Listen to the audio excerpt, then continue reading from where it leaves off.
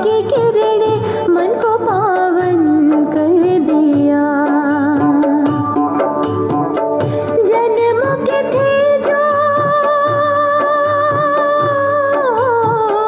जन्म के थे जो गम के अंधेरे, पल भर में सब हर लिया, मन को पावन कर दिया। बाबा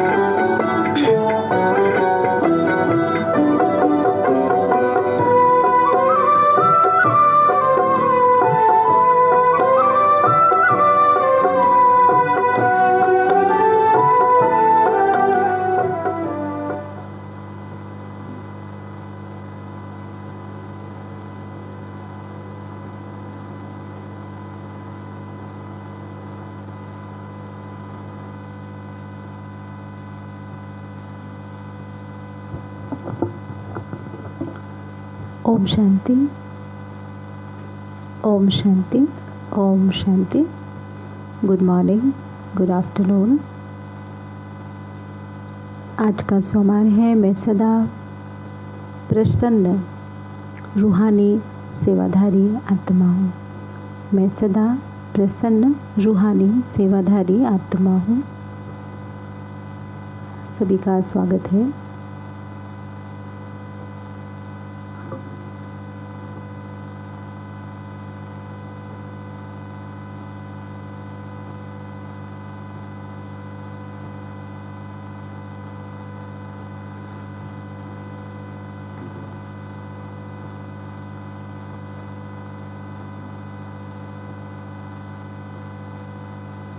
आज के हम सभी अव्यक्त महावाक्य सुनेंगे। ओरिजिनल डेट है 5 दिसंबर 1989 की।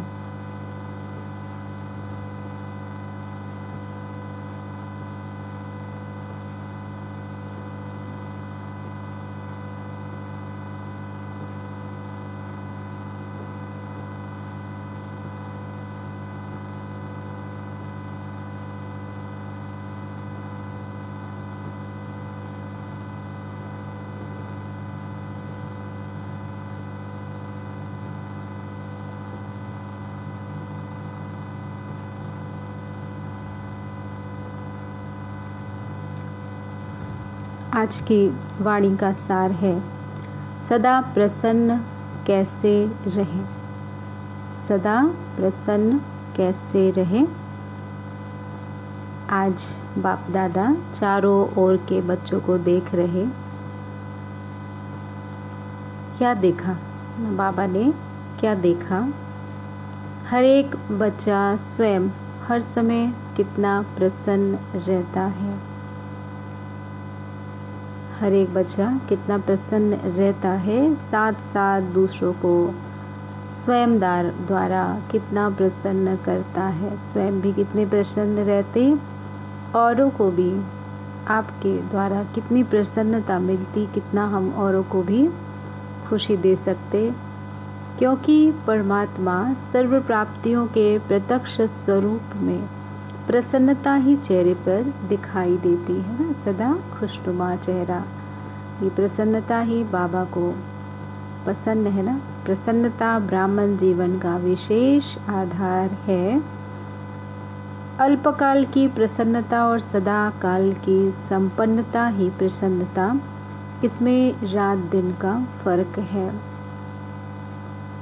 अल्पकाल की प्रसन्नता अल्पकाल के प्राप्ति वालों के चेहरे पे थोड़ा समय के लिए दिखाई जरूर देगी, लेकिन रूहानी प्रसन्नता स्वयं को तो प्रसन्न करती ही है ना। हमें क्या मिला, वैसा भाग्य मिला, रोज भगवान से पढ़ते हैं, यह प्राप्तियां हमें सदा प्रसन्न रखती हैं।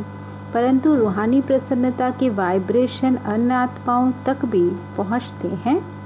अन्य आत्माएं भी शांति और शक्ति की अनुभूति करती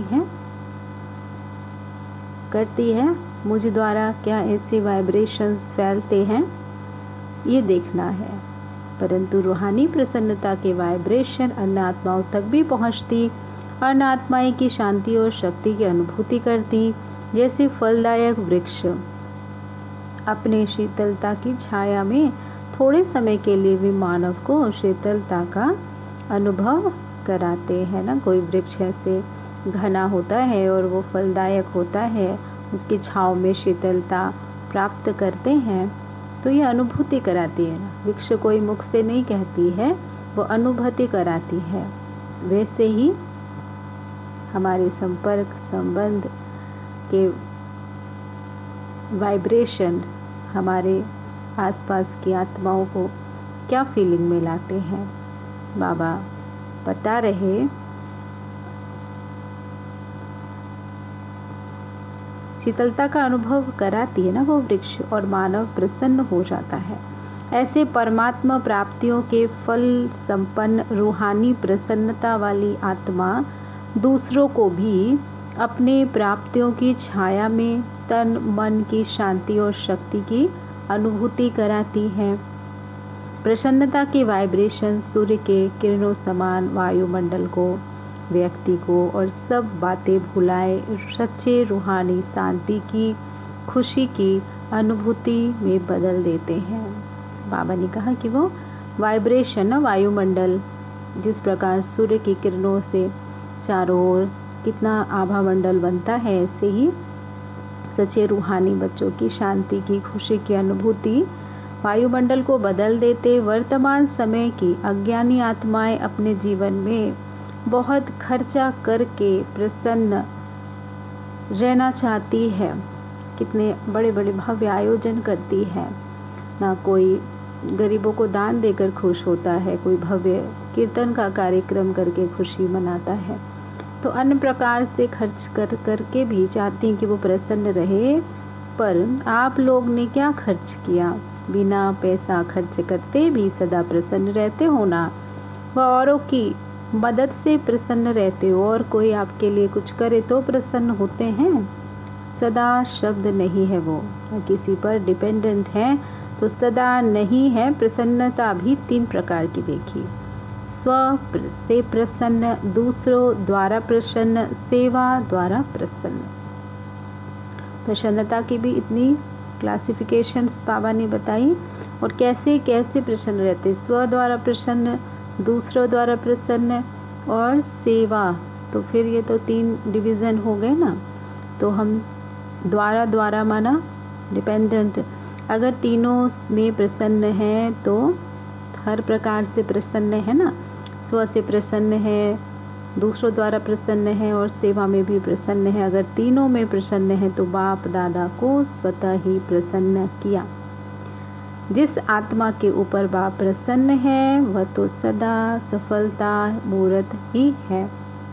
बाप दादा ने देखा कई बच्चे अपने से भी अप्रसन्न रहते, खुद में भी अप्रसन्न रहते, बना वो अपने आप से सेटिस्फाइड नहीं होते, छोटी छोटी बातों के कारण अप्रसन्न हो जाते, अपनी गलतियों को बहुत ज़्यादा चेक करने लगते। तो पहला पाठ में कौन इसको जानते हुए भी भूल जाते हैं, जो बाप ने बनाया है, दिया है, उसको भूल जाते हैं। हम सब संतुष्ट मनी संपन्न आत्मा बाबा ने बनाया, मीठे बच्चे बाबा बोलते हैं ना। तो पहला पाठ क्या है, मैं कौन ना, I am a peaceful soul, इसको जानते हुए भी भूल जाते हैं।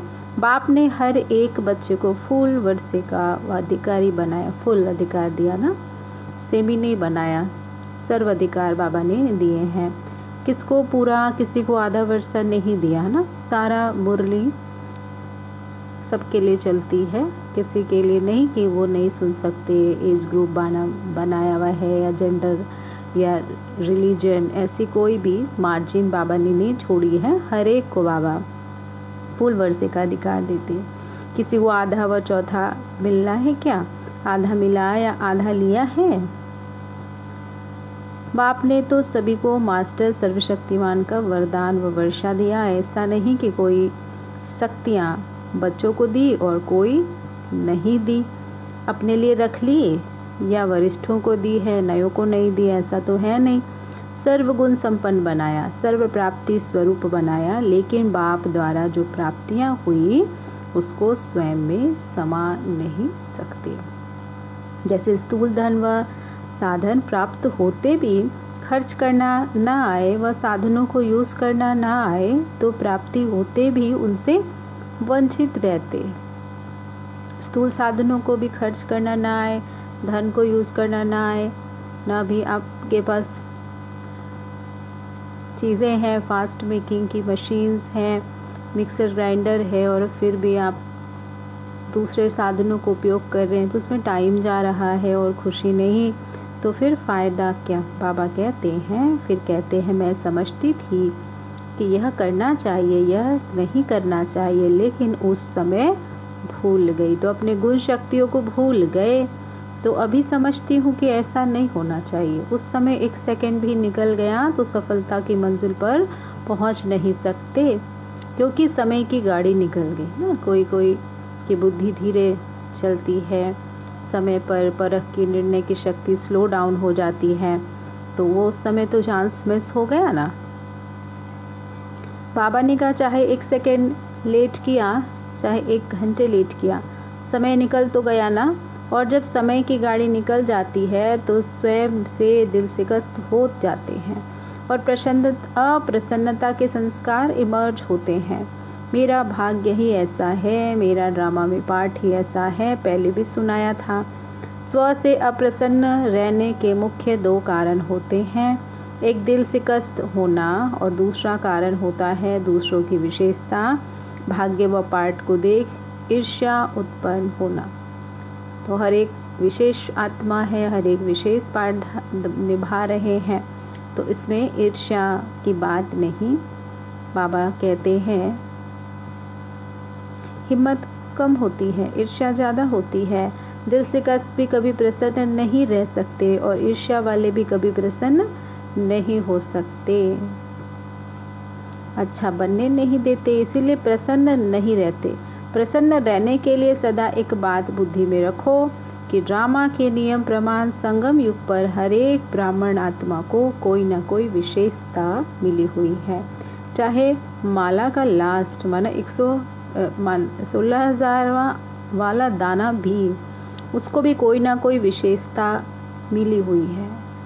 उनसे भी आगे चलो, 9 लाख जो गाए हुए हैं उन्हें भी कोई ना कोई ज़रूर विशेषता मिली हुई है। हर एक ने बाबा को पहचाना, विशेषता मिली हुई है। अपनी विशेषता को पहले पहचानो, अभी तो 9 लाख तक पहुँचे ही नहीं हो। जो ब्राह्मण जन्म के भाग्य की विशेषता को पहचानो और कार्य में लगाओ। सिर्फ दूसरों की विशेषता को देख करके दिल शिकस्त व ईर्ष्या में नहीं आओ, लेकिन अपनी विशेषता को कार्य में लगाने से एक विशेषता फिर और विशेषताओं को लाएगी ना। अपनी परख को देखो, अपने को समझो, स्वयं की क्वालिटीज़ को भी ऊपर लाओ और उसको सेवा में लगाओ। एक के आगे बिंदी लगती जाएगी तो कितने हो गए, 10, 100, 1000, 10,000, लाख बढ़ते जाते ना। एक के पीछे पीछे कितनी भी बिंदियाँ लगाओ वो बढ़ती जाएगी। एक को एक बिंदी लगाओ तो 10 बन जाती है, दूसरा लगाओ तो 100, तीसरी लगाओ तो 1000। हिसाब तो आता है ना। कार्यों में लगाना अर्थात बढ़ाना। दूसरों को नहीं देखो, दूसरों को नहीं देखो, अपनी विशेषता को कार्य में लगाओ। जैसे देखो बाप दादा सदा भोली भंडारी माना भोली दादी को मिसाल देते हैं। महारथियों का नाम कभी आएगा, लेकिन इनका नाम आता है। जो विशेषता थी वह कार्य में लगाई, चाहे भंडार की संभाली की, लेकिन विशेषता को कार्य में लगाने से विशेष आत्माओं की मिसाल बन गई ना। भोली दादी जो वहाँ भंडारा संभालती थी, रसोई संभालते थे, सभी मधुबन का वर्णन करते, तो दादियों की भी बातें सुनाएंगे तो भोली की भी सुनाएंगे। भाषण तो नहीं करती थी, लेकिन विशेषता को कार्य में लगाने से स्वयं ही वो विशेष बन गई। दूसरों की विशेष नज़र से देखते ना, दूसरे भी विशेष नज़र से देखते, तो प्रसन्न रहने के लिए क्या करेंगे? विशेषता को कार्य में लगाओ। आपके पास जो विशेषता है उसको कार्य में लगाओ तो वृद्धि को हो जाएगी, और जब सर्व आ गया तो संपन्न हो जाएंगे। और प्रसन्नता का आधार है संपन्नता। जो स्वास्थ्य से प्रसन्न रहते वह औरों से भी प्रसन्न रहेंगे, सेवा से भी प्रसन्न रहेंगे। जो सेवा के निमित्त बाबा चुनता है उससे प्रसन्न रहेंगे। जो भी सेवा मिलेगा उसमें औरों को प्रसन्न कर सेवा में नंबर आगे ले लेंगे। सबसे बड़े से बड़ी सेवा आपकी प्रसन्नता मूर्त करेगी। तो सुना क्या चार्ट देखा बाबा ने? सबका चार्ट देखा। क्या चार्ट देखा? अच्छा, टीचर्स को आगे बैठने का भाग्य मिला है, क्योंकि पंडा बनकर आती हैं तो मेहनत बहुत करती हैं। एक को सुखधाम से बुलाएंगे तो दूसरे को विशाल भवन से बुलाएंगे। एक्सरसाइज अच्छी हो जाती है। सेंटर पर तो पैदल करती नहीं हो। जब शुरू में सेवा आरंभ की तो पैदल जाती थी ना। आपकी बड़ी दादियाँ भी पैदल जाती थी। अब तो बहुत सुविधाएं हैं। सामान का थैला हाथ में उठाया और पैदल चली।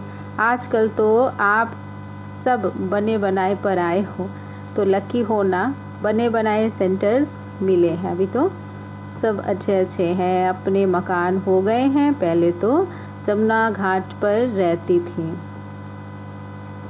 एक ही कमरा रात को सोने का, दिन को सेवा का होता था। वही क्लासरूम होता था, फिर वही रात को सोने का हो जाता था। लेकिन खुशी खुशी से जो त्याग किया उसी के भाग्य का फल अभी खा रही हो। आप फल खाने के टाइम पर आई हो। पेड़ लगाया किसने? फल खा रहे हैं ना, बाबा बच्चों को खिला रहे, फल बोया इन्होंने, आप खा रही हो। फल खाना तो बहुत सहज होता है। लगे लगाए वृक्ष को पानी देना और फिर फल खाते रहना। आप ऐसे फल स्वरूप क्वालिटी निकालो, समझा?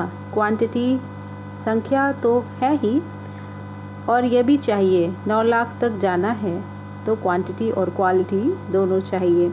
लेकिन 16,000 की पक्की माला तो तैयार करो। अभी क्वालिटी की सेवा पर विशेष अंडरलाइन करो।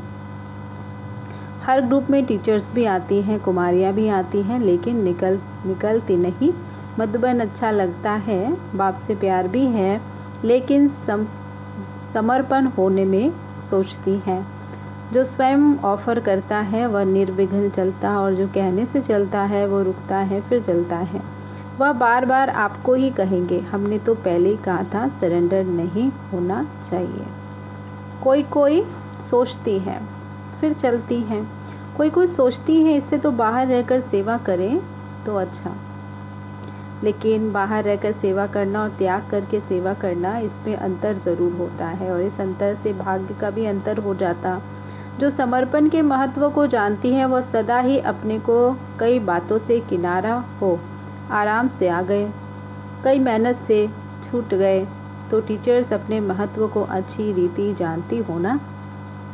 नौकरी और यह सेवा, दोनों काम करने वाले अच्छे व एक काम करने वाले अच्छे, उन्हों को तो फिर भी डबल पार्ट बजाना पड़ता है। भल निर्बंधन है फिर भी डबल पार्ट तो है। जॉब भी देखना है और सेवा भी देखते हैं, सेवा भी करते हैं। आपका तो एक ही पार्ट है। प्रवृत्ति वालों को 3 पार्ट बजाना पड़ता है, एक पढ़ाई का, दूसरा सेवा का, और साथ साथ प्रवृत्ति को पालने का। आप तो सब बातों से छूट गई। टीचर्स को बाबा ने कहा, अच्छा, सर्व सदा प्रसन्नता की विशेषता संपन्न श्रेष्ठ आत्माएं, सदा अपनी विशेषता को पहचान कार्य में लगाने वाली सेंसिबल और एसेंसफुल आत्माएं, सदा प्रसन्न रहने वाली, प्रसन्न करने की श्रेष्ठता वाली महान आत्माओं को बाप दादा का याद प्यार और नमस्ते। हम रूहानी बच्चों की रूहानी बाप दादा को याद प्यार, गुड मॉर्निंग और नमस्ते बाबा, नमस्ते। शुक्रिया बाबा, शुक्रिया पद्मा पद, शुक्रिया बाबा। आगरा और राजस्थान टर्न। बाबा ने कहा, आज सदा अपने को अकाल तख्त नशीन श्रेष्ठ आत्मा समझते हो। आत्मा अकाल है तो उसका तख्त भी अकाल तख्त हो गया ना। इस तख्त पर बैठकर आत्मा कितना कार्य करती है। तख्त नशीन आत्मा हो, इस स्मृति से स्वराज्य की स्मृति स्वतः आती है। राजा भी जब तख्त पर बैठता है तो राजाई नशा, राजाई खुशी स्वतः होती है। तख्त नशीन माना स्वराज अधिकारी राजा, अपने तख्त पर विराजमान सीट पर सेट में आत्मा। इस स्मृति से सभी कर्मेंद्रियां स्वतः ही ऑर्डर से चलती हैं। जब राजा अपने सिंहासन पर नहीं होता तो वो डिस्टर्ब होते हैं, कर्मेंद्रियां डिस्टर्ब करती हैं। पर राजा जब राज्याधिकारी आत्मा बनकर राज्य करता, ऑर्डर चलाता है, सभी अपने अपने ऑर्डर अनुसार चलती। जो अकाल तख्त निशीन समझकर चलते उनके लिए बाप का भी दिल तख्त है, क्योंकि आत्मा समझने से बाप याद आता है। फिर न देह न देह के संबंध, न पदार्थ, एक बाप ही संसार है। इसीलिए अकाल तख्त नशीन बाप के दिल तख्त नशीन भी बनते हैं। बाप की दिल ऐसे बच्चे ही रहते हैं जो एक बाप दूसरा न कोई, ये अवस्था रहती है। तो डबल तख्त हो गया ना। जो सिकिलधा बच्चा है वो डबल तख्त पे है। प्यारे होते हैं, उन्हें सदा गोदी में बिठाएंगे, ऊपर बिठाएंगे, नीचे नहीं। तो बाप भी कहते हैं तख्त पर बैठो, नीचे नहीं। जिनको तख्त मिलता है वह दूसरी जगह बैठेंगे क्या? जो अकाल तख्त व दिल तख्त को भूल दह की धरनी में मिट्टी में नहीं आओ। दह को मिट्टी कहते हो ना, मिट्टी मिट्टी में मिल जाएगी, ऐसा कहते हो ना। तो दह में आना अर्थात मिट्टी में मिलना। ये तन मिट्टी का माटी में मिल जाएगा, तो अब दह में आएंगे तो मिट्टी में मिल जाएंगे। जो रॉयल बच्चे होते हैं वो कभी मिट्टी में नहीं खेलते हैं। परमात्मा बच्चे तो सब रॉयल हुए, तो तख्त पर बैठना अच्छा लगता है। यह थोड़ी थोड़ी दिल होती है, मिट्टी में भी देख लें। कई बच्चों की आदत मिट्टी खाने की व मिट्टी में खेलने की होती है, तो देहधारियों के साथ दिल नहीं लगाना। बाबा क्या कह रहा है कि देह में खेलने की इच्छा होती है ना, तो ऐसा तो नहीं है ना। 63 जन्म मिट्टी से खेला है, अब बाप तख्त नशीन बना रहे हैं, तो मिट्टी से कैसे खेलेंगे? जो मिट्टी से खेलता है वो मैला होता है। तो आप भी कितने मेले हो गए। अब बाप ने आकर स्वच्छ बनाया, बाबा ने आकर ज्ञान दिया, योग सिखाया, तो स्वच्छ बनाने को आए। सदा इस स्मृति में सामर्थ्य बनो। शक्तिशाली कभी कमज़ोर नहीं होते। कमज़ोर होना अर्थात माया की बीमारी आना। अभी तो सदा तंदुरुस्त हो गए हैं। आत्मा शक्तिशाली हो गई। शरीर का हिसाब किताब अलग चीज़ है, लेकिन मन शक्तिशाली हो गया ना। शरीर कमज़ोर है, चलता नहीं है, वह तो अंतिम है, वह तो होगा ही। लेकिन आत्मा पावरफुल हो, शरीर के साथ आत्मा कमज़ोर ना हो, तो सदा याद रखना कि डबल तख्त नशीन सो डबल ताजधारी बनने वाले हो। अच्छा, सभी संतुष्ट होना। संतुष्ट अर्थात प्रसन्न। सदा प्रसन्न रहते हो या कभी कभी रहते हो? सदा प्रसन्न रहते हो या कभी कभी रहते हो? कभी अप्रसन्न कभी प्रसन्न, ऐसा तो नहीं। मूड सेट कभी अपसेट होता है।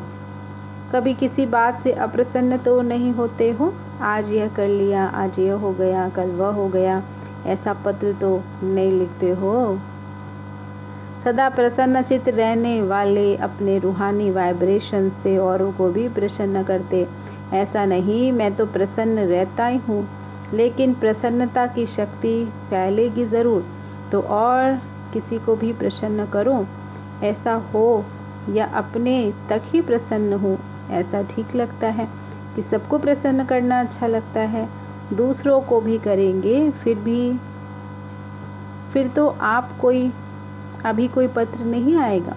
दूसरों को भी करेंगे फिर तो अभी कोई पत्र नहीं आएगा। अगर कोई अप्रसन्नता का पत्र आया तो वापस उसको ही भेजे ना। यह टाइम और तारीख याद रखना। यह पत्र लिखो, ओके हूँ और सब मेरे से भी ओके हैं। मैं ओके हूँ, मुझसे भी सब ओके हैं। यह 2 लाइन लिखो बस, मैं भी ओके और दूसरे भी मेरे से ओके हैं। इतना खर्च क्यों करते हो? यह तो 2 लाइन कार्ड पर भी आ सकती है, पोस्ट कार्ड पर, और बार बार भी नहीं लिखो। कई तो रोज़ कार्ड भेज देते हैं, रोज़ नहीं भेजना। मास में 2 बार 15 दिन में एक ओके का कार्ड लिखो। और कथाएं नहीं लिखनी है, ऐसा हुआ वैसा हुआ, ये कथाएं नहीं लिखनी। अपनी प्रसन्नता से औरों को भी प्रसन्न बनाना है। अच्छा, आज का वरदान है स्वयं भाग्य विधाता शिव बाबा हम बच्चों को वरदान दे रहा, स्वीकार करेंगे।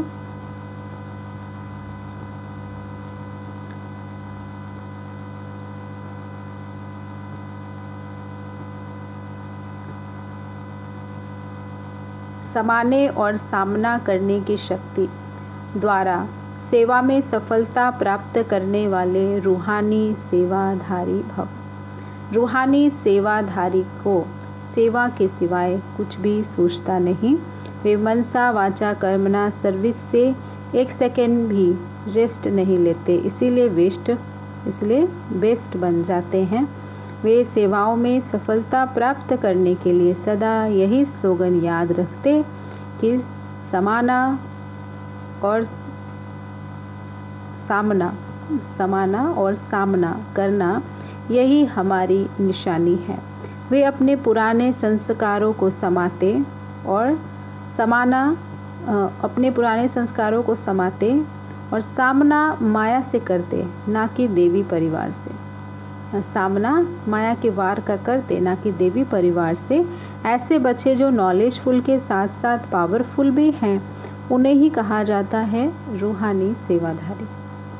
स्लोगन है, छोटी बात को बड़ा नहीं करो, वातावरण को शक्तिशाली बनाओ। छोटी बात को बड़ा नहीं करो, वातावरण को शक्तिशाली बनाओ। अच्छा, ओम शांति। ओम शांति। शुक्रिया बाबा, प्यारे बाबा, मीठे बाबा, आपका बहुत बहुत शुक्रिया। आप सभी उपस्थित आत्माओं का भी बहुत बहुत धन्यवाद। आइए बाबा को याद करते हैं।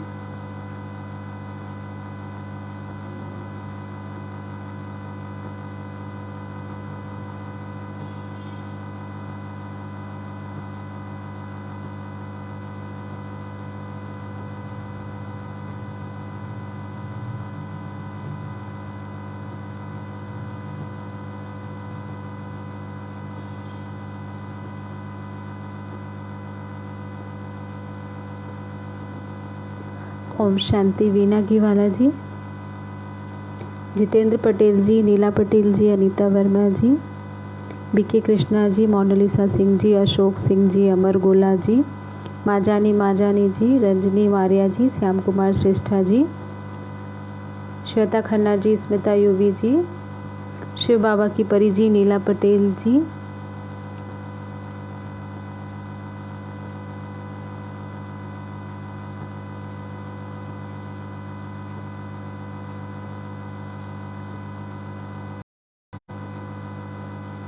राखी पांडे जी, ओम शांति।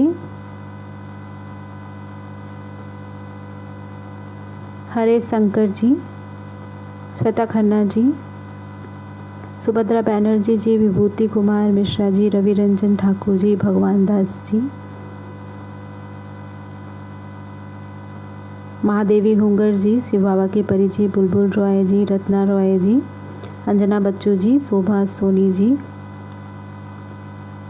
संपति लाल जी, सुजीत पॉल जी, उषा तिवारी जी, दुर्गेश उपाध्याय जी, बालदेव पटेल भाई जी, बिनाल सोलंकी जी, परी राजपूत जी, मुंगम सुनमुंगम भाई जी, रमेश चंद्रा जी, सरिता श्रेष्ठा जी, सुनीता गुप्ता जी, ओम शांति। माया शर्मा जी, महेश पटेल जी, ओम शांति।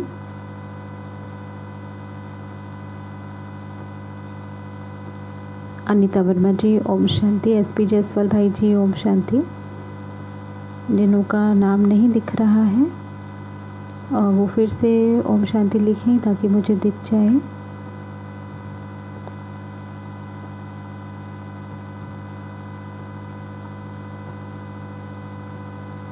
आइए बाबा को याद करते हैं।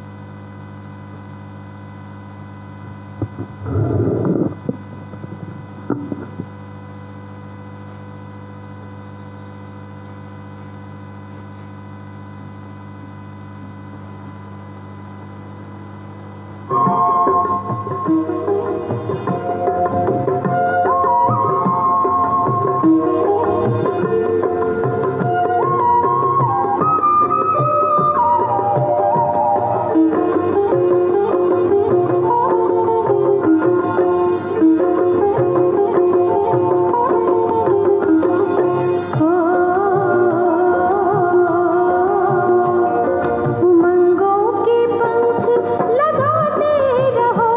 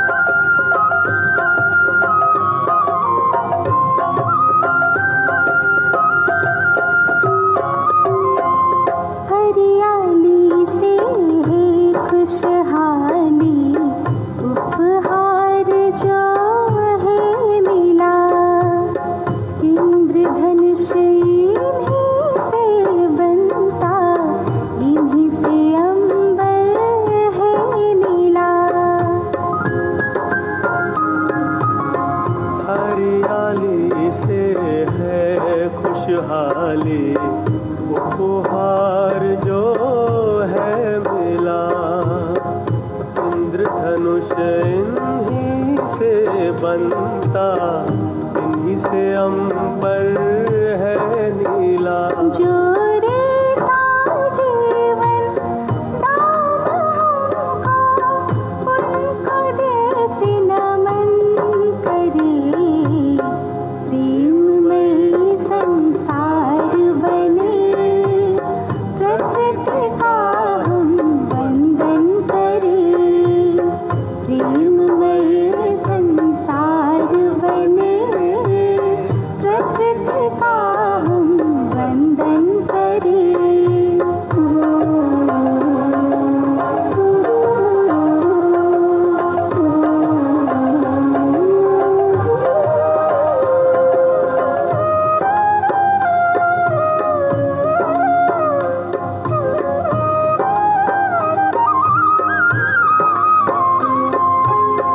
प्यार करे सत्कार करे हम, करे पालना प्यार से।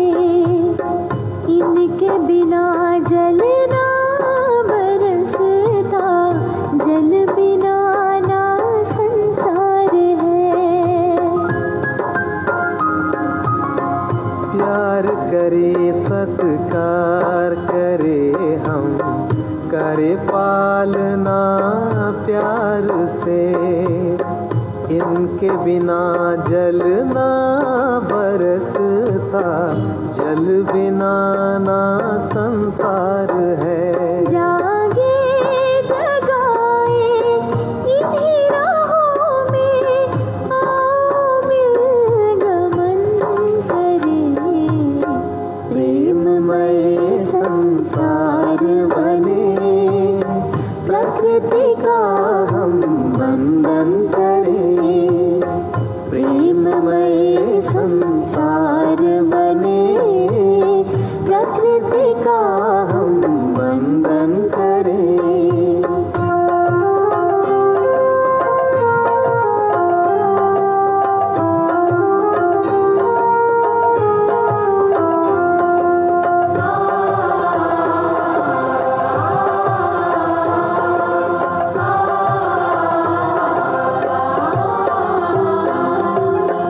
सुबह की मीठी चहक हो, सूरज की वो नरम किरण। ताजगी अंतर में भरता, सुरमयी शीतल पवन। सुबह की मीठी चहक हो, सूरज की वो नरम किरण। ताजगी अंतर में भरता, सुरमयी शीतल पवन। कहता गगन हमसे कुछ नया सृजन करे। प्रेममय संसार बने, प्रकृति का हम वंदन करें। प्रेममय संसार बने, प्रकृति का हम वंदन करें।